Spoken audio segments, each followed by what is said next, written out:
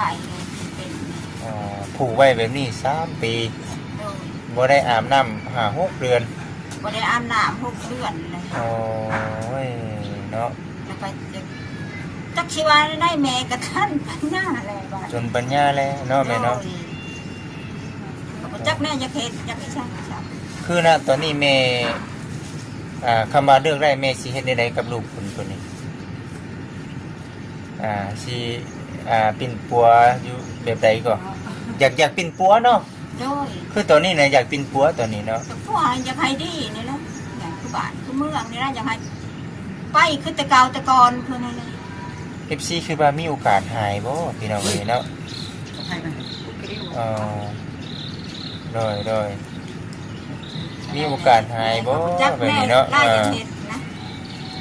แบบนี้ได้พี่น้องเอ้ยเนาะจังว่าพากันคิดน้ำอุกอังใจอยู่โอ้ยอุกแล้วลูกเอ้ยแม่นี่ว่าคิดว่ามีความหวังอยู่มีความหวังว่าสิเศร้าอยู่บ่เพิ่น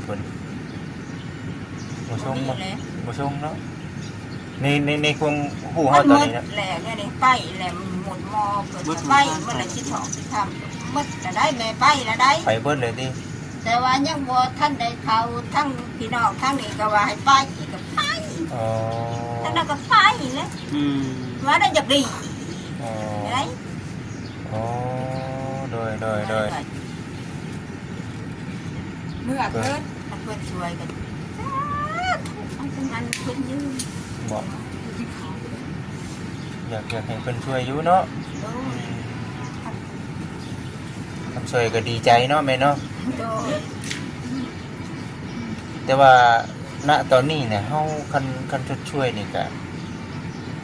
ต้องเป็นหืดยาเนาะครับเนาะสำคัญที่สุดก็คือเรื่องยากับอันนี้หันกับบริยาไทยอันนั้นนะว่าตามเพลงแค่นั้นแหละแม่ก็บริยาไทยดูขึ้นแต่กาวแต่ก่อนจะไทยคือเราอยู่แต่กาวแต่ก่อนเขาว่าอย่างว่าบางครั้งเขาแล้วกับคนว่าเวทคนเดียวคนแรกนะเขาบอกว่าน้ำนี่เนาะว่านั่งดีๆแด้นั่งดีๆแด้นั่งดีๆแด้ลูกฟังคนว่าเพื่อนอันนี้ฮะนะคันเรื่องยานี่เขาต้องซื้อมาให้เพิ่นแต่ว่าคันเอาไปนี่ตอนนี้ยังบ่โอเคปานใดพี่น้องฮะขั้นบริสุทธิ์กับคนก็ได้ก็บ่แม่นบ่